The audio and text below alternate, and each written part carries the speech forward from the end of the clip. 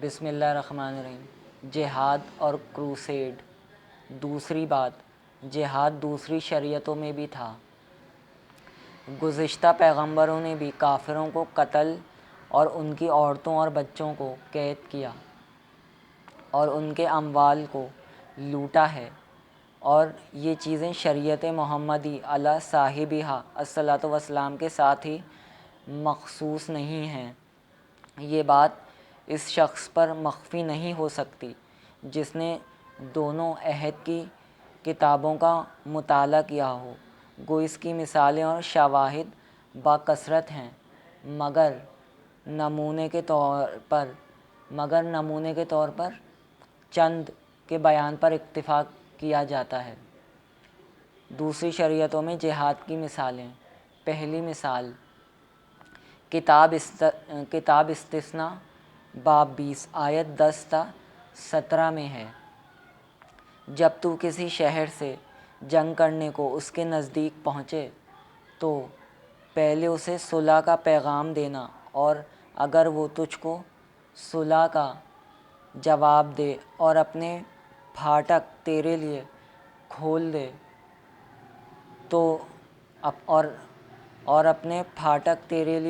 دے تو وہاں کے سب باشندے تیرے باج گزار بن کر تیری خدمت کریں، اور اگر وہ تجھ سے صلح نہ کریں بلکہ تجھ سے لڑنا چاہیں تو اس کا محاصرہ کرنا، اور بال بچوں اور چوپایوں اور شہر کے سب مال اور لوٹ کو اپنے لیے رکھ لینا، اور تو اپنے دشمنوں کی اس لوٹ کو جو خداوند تیرے خدا نے تجھ کو دی ہو کھانا۔ ان سب شہروں کا یہی حال کرنا جو تجھ سے بہت دور ہیں اور ان قوموں کے شہر نہیں ہیں، پر ان قوموں کے شہروں میں جن کو خداوند تیرے خدا میراث کے طور پر تجھ کو دیتا ہے،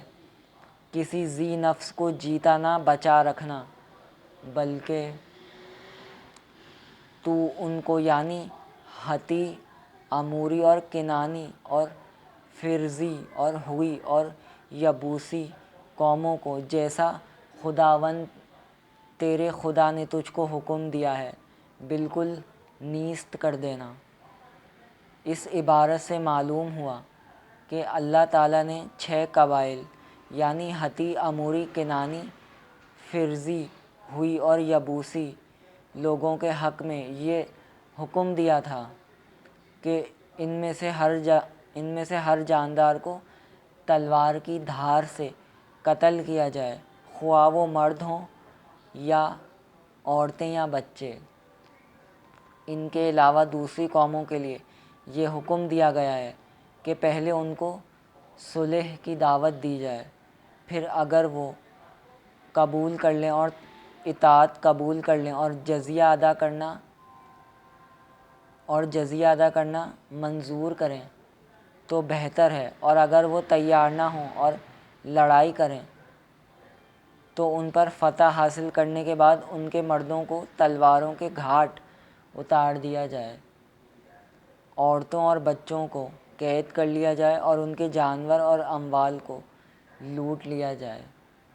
اور مجاہدین پر تقسیم کر دیا جائے، اور یہی معاملہ ان بستیوں کے ساتھ کیا جائے جو ان مذکورہ 6 قبائل سے دور واقع ہوں۔ صرف اکیلی یہ ایک ہی عبارت عیسائیوں کے تمام واہیات اعتراضات کے جواب میں کافی و شافی ہے۔ علماء اسلام متقدمین نے بھی اور پچھلوں نے بھی اس عبارت کو عیسائیوں کے مقابلے میں نقل کیا ہے، مگر عیسائی ہمیشہ اس کے جواب سے ایسے خاموش رہتے ہیں گویا انہوں نے مخالف کے کلام میں اس عبارت کو دیکھا ہی نہیں اور اس کا جواب ہی نہیں دیتے، نہ اقرار کے ساتھ نہ تاویل کی صورت میں۔ بس آج کے لیے اتنا ہی۔